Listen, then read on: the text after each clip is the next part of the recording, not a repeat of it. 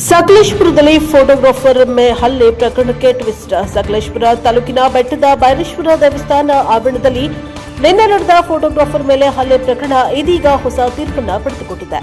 ರಾಜ್ಯಾದ್ಯಂತ ಸೋಷಿಯಲ್ ಮೀಡಿಯಾದಲ್ಲಿ ವೈರಲ್ ಆದ ವಿಡಿಯೋದಲ್ಲಿ ಸ್ಥಳೀಯರು ನಿರಪರಾಧ ಫೋಟೋಗ್ರಾಫರ್ ಮೇಲೆ ಹಲ್ಲೆ ನಡೆಸಿದಂತೆ ಕಾಣಿಸಿಕೊಂಡಿದ್ದು, ಹಲವರಿಂದ ಸಹಾನುಭೂತಿ ಕೂಡ ವ್ಯಕ್ತವಾಗಿತ್ತು. ಆದರೆ ಇದೀಗ ಗ್ರಾಮಸ್ಥರು ನೀಡಿರುವ ಹೇಳಿಕೆ ಪ್ರಕರಣದ ಇನ್ನೊಂದು ಮುಖವನ್ನು ಹೊರತೆಗೆದಿದೆ.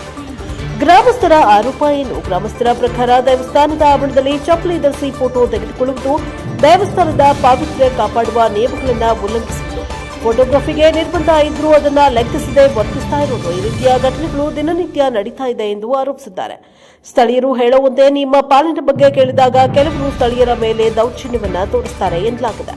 ಪ್ರವಾಸಿಗರ ವರ್ತನೆಗೆ ಅಸಮಾಧಾನ ಗ್ರಾಮಸ್ಥರು ಮತ್ತಷ್ಟು ಆರೋಪಿಸಿದ್ದು, ಪ್ರವಾಸಿಗರ ಹಾವಳಿಯಿಂದ ದೇವಸ್ಥಾನದ ಪವಿತ್ರಕ್ಕೆ ಧಕ್ಕೆ, ಅಸಭ್ಯ ಉಡುಗೆ ಧರಿಸಿ ಬರುವುದರಿಂದ ಸ್ಥಳೀಯರಿಗೆ ಮುಜುಗರ ಪರಿಸ್ಥಿತಿ ನಿಯಂತ್ರಣಕ್ಕೆ ಮನವಿ ಮಾಡಿದರೂ ಅಧಿಕಾರಿಗಳು ಸ್ಪಂದಿಸಿಲ್ಲ. ಆಡಳಿತದ ವಿರುದ್ಧ ಆಕ್ರೋಶ. ಈ ಘಟನೆಗೆ ತಾಲೂಕು ಆಡಳಿತ ಹಾಗೂ ಪೊಲೀಸ್ ಇಲಾಖೆಯ ನಿರ್ಲಕ್ಷ್ಯವೇ ಕಾರಣ ಎಂದು ಗ್ರಾಮಸ್ಥರು ದೂರಿದ್ದಾರೆ. ಇದಲ್ಲದೆ ಸ್ಥಳೀಯರ ಮೇಲೆ ಮಾತ್ರ ಕೇಸ್ ದಾಖಲಿಸಿರುವುದಕ್ಕೆ ವಿರೋಧ ವ್ಯಕ್ತಪಡಿಸಿರುವ ಅವರು ಫೋಟೋಗ್ರಫಿ ಮಾಡಿದವರ ಮೇಲೂ ಕಾನೂನು ಕ್ರಮ ಕೈಗೊಳ್ಳಬೇಕು ಎಂದು ಒತ್ತಾಯಿಸಿದ್ದಾರೆ. ಗ್ರಾಮಸ್ಥರಲ್ಲಿ ಎಚ್ಚರಿಕೆ ನೀಡಿದ್ದು, ಮುಂದಿನ ದಿನಗಳಲ್ಲಿ ಇಂತಹ ಘಟನೆಗಳು ಮರುಕಳಿಸಿದರೆ ಅದರ ಸಂಪೂರ್ಣ ಹೊಣೆ ಪೊಲೀಸ್ ಇಲಾಖೆಯದ್ದೇ ಆಗಿರುತ್ತದೆ ಎಂದು ಹೇಳಿದ್ದಾರೆ. ಸೋಷಿಯಲ್ ಮೀಡಿಯಾದಲ್ಲಿ ವೈರಲ್ ಆದ ವಿಡಿಯೋದ ಒಂದು ಭಾಗ ಮಾತ್ರವಾಗಿದ್ದು, ಸ್ಥಳೀಯರ ಹೇಳಿಕೆ ಪ್ರಕಾರ ಪ್ರಕರಣದ ಹಿನ್ನೆಲೆ ಸಂಪೂರ್ಣ ವಿಭಿನ್ನವಾಗಿದೆ. ಇದೀಗ ಈ ಪ್ರಕರಣದ ಸತ್ಯಾಸತ್ಯತೆ ತಿಳಿಯಲು ಸಂಪೂರ್ಣ ತನಿಖೆ ಅಗತ್ಯ. ಬ್ಯೂರೋ ರಿಪೋರ್ಟ್ ಪ್ರಕಾಶ್ ಬಕ್ಕಿ, NKS TV4 ಮೂಡಿಗೆರೆ. ನಾನು ಈ ದೇವಲ್ಕೆರೆ ಗ್ರಾಮ ಪಂಚಾಯತಿ ಮಾಜಿ ಉಪಾಧ್ಯಕ್ಷನವರು. ಇಲ್ಲಿ ಇವತ್ತು ನಿನ್ನೆದೆಲ್ಲ ಇದೊಂದು 10-15 ವರ್ಷದಿಂದನೂ ಈ ಥರದ ಸಮಸ್ಯೆಗಳು ನಡೀತಾನೆ ಇದೆ. ಈ ನಡೀತಾ ಇರೋದಕ್ಕೆ ಎಲ್ಲ ಕಾರಣ ಏನು ಅಂತೇಳಂತಂದರೆ ನಮ್ಮ ತಾಲೂಕಾಡಳಿತ. ಇದು ಹೆಂಗೆ ಅಂತಂದರೆ ತಾಲೂಕಾಡಳಿತ ಇದನ್ನು ತುಂಬ ಜವಾಬ್ದಾರಿ ತಗೊಂಡು ಇಲ್ಲೊಂದು ಸೆಕ್ಯೂರಿಟಿ ನೇಮಿಸೋದು, ಇನ್ನೊಂದು ಏನಾದರೂ ಮಾಡಬೇಕು. ನೋಡಿ, ಇಲ್ಲಿ ಡ್ರೋನ್ ಅಂತ ಇದನ್ನು ಬೆಂಗಳೂರು ಅಂತಲೇ ಬಿಡಕ್ಕೆ ಬಿಡಲ್ಲ. ಇಲ್ಲಿ ಆ ಡ್ರೋನ್ ಬಿಡ್ತಾರೆ. ನಮ್ಮೂರು ಇಲ್ಲಿಂದ 10 ಕಿಲೋಮೀಟರ್ ದೂರದಲ್ಲಿ ಏರಿಯಲ್ ಡಿಸ್ಟೆನ್ಸಲ್ಲಿದೆ. ಅಲ್ಲಿ ಲೋ ಬಂದು ವಿಡಿಯೋ ಚಿತ್ರೀಕರಣ ಮಾಡ್ಕೊಂಡು ಹೋಗ್ತಾರೆ, ಇನ್ನೊಂದು ಮಾಡ್ತಾರೆ. ಇಲ್ಲಿ ಭಾರಿ ಅಸಹ್ಯವಾಗಿ ವರ್ತಿಸೋ ಅಂಥವ್ರು ತುಂಬ ಜನ ಇದ್ದಾರೆ. ನಿನ್ನೆ ನಡೆದಿರೋ ಅಂಥ ಒಂದು ಘಟನೆ ನಾನೆಲ್ಲ ವಿಡಿಯೋದಲ್ಲಿ ನೋಡಿದೆ.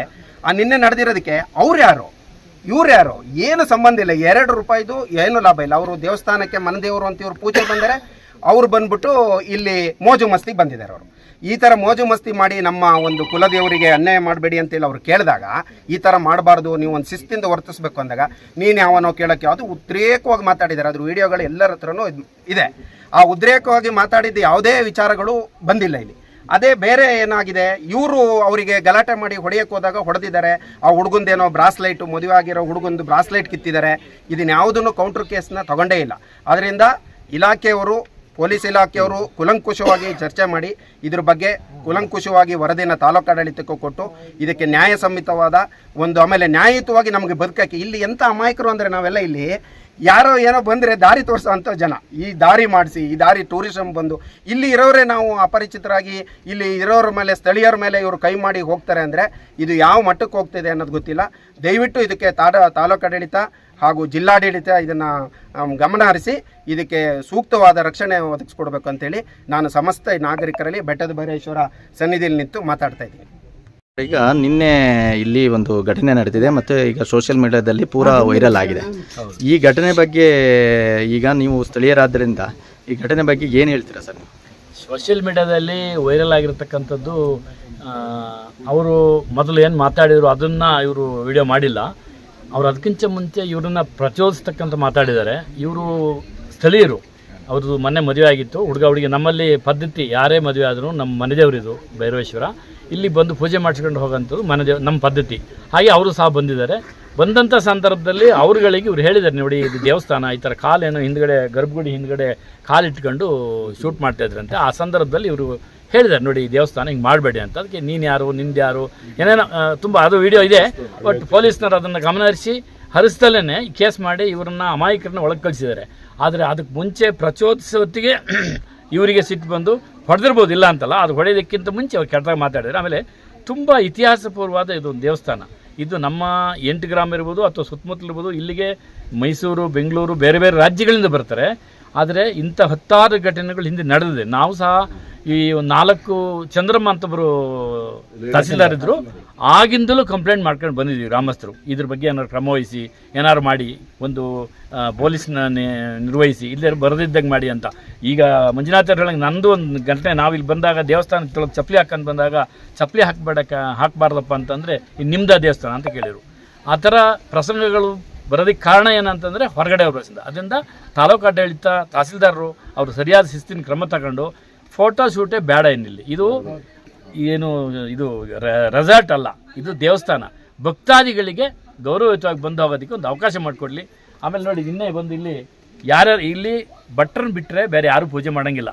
ನೋಡಿ, ನಿನ್ನೆ ಯಾರೋ ಬಂದು ಇಲ್ಲಿ ಬೆಳಿಗ್ಗೆ ಕುಂಬಳಕಾಯಿ ಹೊಡೆದು ಪೂಜೆ ದೀಪ ಹಚ್ಚಿ ಪೂಜೆ ಮಾಡಿ ಹೋಗಿದ್ದಾರೆ. ಆಮೇಲೆ ಇದು ನಮ್ಮ ಸಂಸ್ಕೃತಿ ಅಲ್ಲ, ಯಾರ್ಯಾರು ಪೂಜೆ ಮಾಡೋಂಗಿಲ್ಲ ಇಲ್ಲಿ. ಅದಕ್ಕೆ ಆದ ಭಟ್ರಿದ್ದಾರೆ, ನೇಮಿಸಿದ್ದಾರೆ, ಅವರೇ ಪೂಜೆ ಮಾಡ್ಬೇಕು. ಆಮೇಲೆ ಮುಂದ್ಗಡೆ ಬಾಗಿಲಾಕಿದ್ದಾರೆ. ಯಾವ ಕಾರಣಕ್ಕೆ ಅಂತಂದರೆ ಭಟ್ರೆ ಒಂದೇನು ಹೇಳಿದ್ರು, ನಾನು ಪೂಜೆ ಮಾಡ್ತಿರ್ಬೇಕಾದ್ರೆ ಇಲ್ಲಿ ಶೂಟಿಂಗ್ ಮಾಡ್ತಾರೆ, ಇಲ್ಲಿ ಬಂದು ಮುತ್ಕೊಡ್ತಾ ಕೂರ್ತಾರೆ. ನನಗೊಂದು ಏಕಾಗ್ರತೆ ಬೇಕು, ದೇವರನ್ನ ಭಕ್ತಿ ಮಾಡೋದಕ್ಕೆ ಅಥವಾ ಮಂತ್ರ ಹೇಳೋದಕ್ಕೆ ಏಕಾಗ್ರತೆ ಬೇಕು. ಅದಕ್ಕೆ ತುಚಿ ಬರ್ತಾ ಇದೆ, ಶ್ರುತಿ ಬರುತ್ತೆ, ನಾನು ಈ ಬಾಗಿಲನ್ನ ಹಾಕ್ಕೊಂಡು ಪೂಜೆ ಮಾಡ್ತೀನಿ ನಾನು. ಅದು ಸತ್ಯ. ಯಾಕೆಂದರೆ ಇವ್ರುಗಳು ಬೇರೆ ಬೇರೆ ವೇಷಗಳು, ಅವರವರ ಅವತಾರಗಳನ್ನು ನೀವು ಈಗ ಸ್ವಲ್ಪ ಮೊದಲು ಬಂದರೆ ನೀವು ವಿಡಿಯೋ ಬಸ್ ಇದ್ದಾರೆ ಇನ್ನು ಇಲ್ಲಿ ನೋಡ್ಬೇಕಿದ್ದಾನೆ. ಇಲ್ಲಿ ನೀವು ಅದನ್ನು ವಿಡಿಯೋ ಮಾಡ್ಕೊಂಡೋಗಿ. ಒಂದು ದೇವಸ್ಥಾನಕ್ಕೆ ಬರಬೇಕಾದ್ರೆ ಹೇಗೆ ಬರಬೇಕು, ಭಕ್ತಿಪೂರ್ವಕ ಬರಬೇಕು. ಆ ಡ್ರೆಸ್ಗಳು, ವೇಷಭೂಷಣಗಳು, ಒಳ ಉಡುಪುಗಳನ್ನು ಇಲ್ಲಿ ಹರಡಾಕ್ತಾರೆ ತಂದು. ಗಾರ್ಡನ್ನ ಇದು ಪಾರ್ಕಾ? ಒಂದು ದೇವಸ್ಥಾನಕ್ಕೆ ಬರ್ಬೇಕಾದ್ರೆ ಹೆಂಗೆ ಬರ್ಬೇಕು? ಹಿಂದೂಗಳು ಎಲ್ಲರೂ ಬರೋದಿಲ್ಲ, ಹಿಂದೂಗಳೇ ಆಯಿತಾ. ಹಿಂದೂ ಇರ್ಬೋದು, ಮುಸ್ಲಿಂ ಇರ್ಬೋದು, ಕ್ರಿಶ್ಚಿಯನ್ ಇರ್ಬೋದು, ಬಟ್ ಯಾರಿಗೇ ಆದರೂ ಇದು ದೇವಸ್ಥಾನಕ್ಕೆ ಬಂದು ಹೋದರೆ ನಮ್ಮ ಯಾರ್ದು ಅಭ್ಯಂತರ ಇಲ್ಲ. ತಾಲೂಕು ಆಡಳಿತಾಧಿಕಾರಿಗಳು, ತಹಸೀಲ್ದಾರ್ ಇವತ್ತಿಂದ ಶಿಸ್ತಿನ ಕ್ರಮ ತಗೊಂಡು 100% ಇಲ್ಲಿ ಯಾವುದೇ ಕಾರಣಕ್ಕೂ ಗೇಟಿಂದ ಒಳಗಡೆ ಭಕ್ತಾದಿಗಳಿಗೆ ಮಾತ್ರ ಅವಕಾಶ ಕೊಟ್ಟು ಈ ಶೂಟಿಂಗು ಮತ್ತೊಂದಕ್ಕೆ ಬರೋರಿಗೆ ಫೋಟೋ ಶೂಟ್ ಅಂತೆ, ಆಮೇಲೆ ಪ್ರೀ ವೆಡ್ಡಿಂಗ್ ಶೂಟಿಂಗ್ ಅಂತೆ, ರೀಲ್ಸು ಅವಕ್ಕೆ ಇಲ್ಲಿ ಅವಕಾಶ ಕೊಡಬಾರ್ದು. ಆಮೇಲೆ ಇದು ನಿನ್ನೆ ಬಹುಶಃ ಈ ದೇವ್ರ ಮಹಿಮೆ ಇರ್ಬೋದು, ಇದು ಯಾವತ್ತೋ ಹಿಂದೆ ಮರ್ಡರ್ ಆಗಬೇಕಾಯ್ತು ಅಂತ ಒಂದು ಘಟನೆಗಳು ಆಗಿದಾವೆ ಇಲ್ಲಿ. ನಾವು ಸ್ಥಳೀಯರು ಭಾಳ ಸಮಾಧಾನ ಅಂತ, ಯಾಕೆಂದರೆ ನಮ್ಮೂರಿನ ಗೌರವದ ಪ್ರಶ್ನೆ ಹಿಂಗೆ ಆಗಬಾರ್ದು ಅನ್ನೋದು ನಾವು ಭಾಳ ತಾಳ್ಮೆಯಿಂದ ಹೋಗ್ತಾ ಇದ್ದೀವಿ. ಇಲ್ಲೆಲ್ಲರೂ ತಾಳ್ಮೆಯಿಂದ ಹೋಗ್ತಕ್ಕಂಥ ಜನರು ಗೌರವಿಸ್ತಿರೋದು. ಈಗ ನಿನ್ನೆ ಆ ವಿಡಿಯೋ ನೋಡಿ, ಅದ್ರಲ್ಲಿ ಕೇಳಿದ್ರೆ, ನೀನು ಯಾವನ್ನ ಕೇಳೋಕ್ಕೆ 1 ಗಂಟೆ ಇಲ್ಲೇ ಇರ್ತೀನಿ, ಅದೇನು ಮಾಡ್ತೀಯ ಮಾಡೋ, ಯಾವನ್ನ ಕರ್ಕೊ ಬರೋ, ನಾನು ಪ್ರೆಸ್ ನಾನು ಅಂತ ಹೇಳಿದ್ದಾರೆ. ಪ್ರೆಸ್ಸು ಕನ್ನಡಿ ಆಗಿರ್ಬೇಕು, ದೇಶಕ್ಕೆ ಮಾದರಿ ಆಗಿರ್ಬೇಕು. ಪ್ರೆಸ್ನವ್ರು ಗುಂಡಾಗಿರಿ ಮಾಡೋದಲ್ಲ, ಅವರೇ ಗುಂಡಾಗಿರಿ ಮಾಡ್ಕೊಂಡು ಇಲ್ಲಿ ಅಮಾಯಕರ ಮೇಲೆ ಗುಂಡಾಗಿರಿ ಮಾಡ್ತೀಯ ಅಂತ ಹೇಳ್ತಾರೆ. ಸಿಟ್ಟು ಒಬ್ಬ ಹಸು ಸಮೇತ ಮೈ ಮೇಲೆ ಬೀಳ್ದಲ್ಲಿ ಯಾರು ಪಡೆಯೋಕೆ ಹೋಗಲ್ಲ ಅಂಥದ್ರಲ್ಲಿ ನಿನ್ನೆ ಆದ ಘಟನೆಯಲ್ಲಿ ಪೊಲೀಸ್ನವರು ತಪ್ಪು ಮಾಡಿದ್ದಾರೆ. ಸರಿಯಾದ ಸ್ಥಳೀಯರನ್ನು ವಿಚಾರ ಮಾಡ್ದಲ್ಲೇ ಅವ್ರ ಮೇಲೆ FIR ಮಾಡಿದ್ದಾರೆ. ಹಾಗೇನೆ ಯಾರು ಆ ಹಿಂದಿನ ವಿಡಿಯೋ ನೋಡಿ ಅವ್ರ ಮೇಲೆ FIR ಮಾಡಲಿ, ಇವತ್ತೇ ಮಾಡ್ಬೇಕು ಅದನ್ನು. ಅದಕ್ಕೆ ತಾಲೂಕು ಆಡಳಿತಾಧಿಕಾರಿ, ತಹಸೀಲ್ದಾರೇ ಹೊಣೆ. ಅದನ್ನು ಕ್ರಮಬದ್ಧವಾಗಿ ಮಾಡಲಿ. ಮುಂದೆ ಈ ಥರದ ಘಟನೆ ಆಗೋದಕ್ಕೆ ಅವಕಾಶ ಕೊಡದಂಗೆ ಆಡಳಿತ ನಡೆಸ್ಕೊಂಡು ಹೋಗಲಿ. MLA ಅವರು ಇದ್ರ ಬಗ್ಗೆ ಗಮನ ಹರಿಸಬೇಕು. ಅದನ್ನು ನಿನ್ನೆ ಸಹ ತುಂಬ ಜನ ಸ್ಟೇಷನಲ್ಲಿ ಇದ್ದಾಗಿಯೂ ಅವರು ಶಾಸಕರು ಬಂದಿಲ್ಲಂತೆ. ಅದು ಯಾರೋ ಹೇಳಿದ್ರು ನಮಗೆ, ಹಿಂಗೆ ಶಾಸಕರು ಅಲ್ಲೇ ಸಕಲೇಶ್ಪುರ ಟೌನಲ್ಲಿ ಇದ್ರೂ ಶಾಸಕರು ಬರಲಿಲ್ಲ ಅಂತ. ಬರಬೇಕು ಸ್ಥಳೀಯರು. ಅಟ್ಲೀಸ್ಟ್ ಏನು ಅಂತ ಒಂದು ಘಟನೆ, ಒಂದು 10 ಜನ 100 ಜನ ಸ್ಟೇಷನ್ ಸೇರಿದಾರೆ ಅಂದಮೇಲೆ ಅದು ಏನಕ್ಕೆ ಸೇರಿರ್ತಾರೆ ಅಂತ ಒಂದು ಯೋಚನೆ ಮಾಡೋದು ಶಕ್ತಿ ಇಲ್ವಾ? ಬರಬೇಕಲ್ಲಿಗೆ, ಆಯಿತಾ. ಹೊರಗಡೆ ಇದ್ದರೆ, ಔಟ್ ಆಫ್ ಸ್ಟೇಷನ್ ಇದ್ದರೆ ಪರವಾಗಿಲ್ಲ, ಇದ್ರೆ ನೋಡ್ಕೊಂಡು ಹೋಗಿದ್ರಿಂದ ಅದು ಅವ್ರದ್ದು ತಪ್ಪಾಗ್ತದೆ.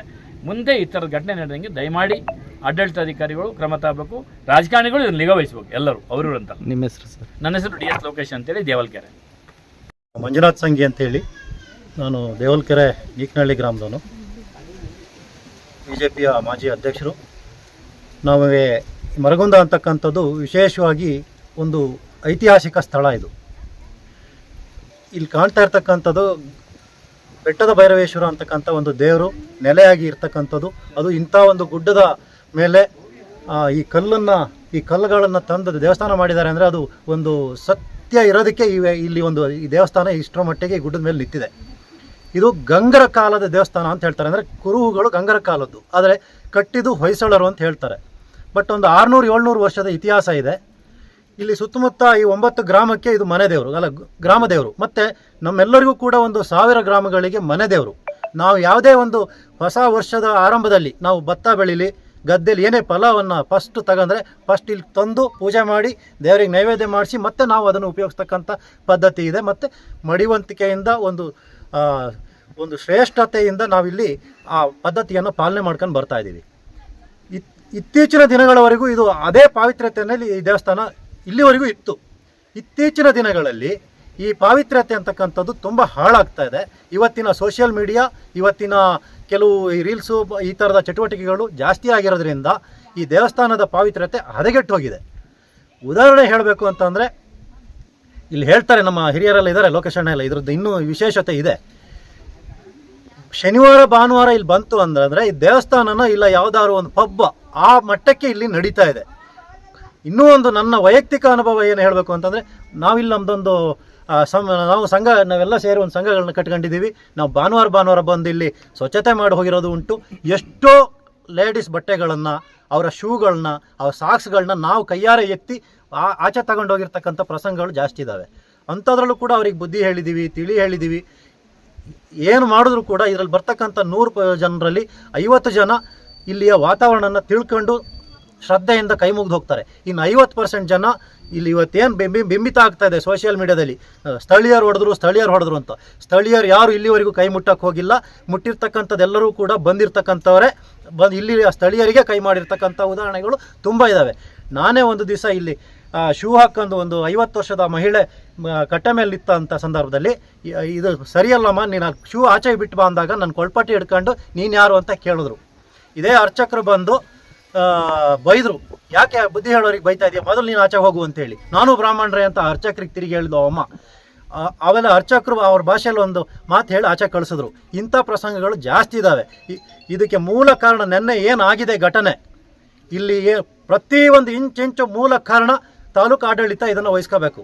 ಅವರೇ ಹೊಣೆ ಆಗಬೇಕು. ಯಾಕೆ ಅಂದರೆ ಇಲ್ಲಿ ಸಂಘ ಸಂಸ್ಥೆಗಳೆಲ್ಲ ಸೇರಿ ದೇವಲಕೆರೆ ಗ್ರಾಮ ಪಂಚಾಯತಿನಲ್ಲಿ AC ಅವ್ರನ್ನ ಕರೆಸಿ ಬೆಳಗ್ಗೆ 11ರಿಂದ 2 ಗಂಟೆವರೆಗೂ ಕೂಲಂಕುಷವಾಗಿ ಚರ್ಚೆ ಆಗಿ ಏನಾಗಬೇಕು ಏನಾಗಬಾರ್ದು ಇವೆಲ್ಲವನ್ನೂ ಕೂಡ ಮಾಡಿದರೂ ಕೂಡ ಇವತ್ತಿನವರೆಗೂ ಯಾರೂ ಗಮನ ತಗೊಂಡಿಲ್ಲ.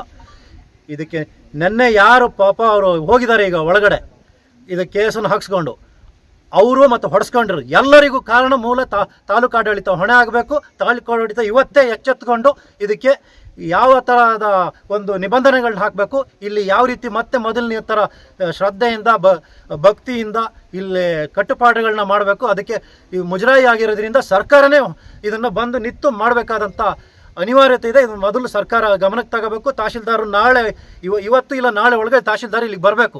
ಇದಕ್ಕೆ ಅವರು ಆಶ್ವಾಸನೆ ಕೊಟ್ಟಬೇಕು, AC ಇಲ್ಲ ತಹಶೀಲ್ದಾರರು.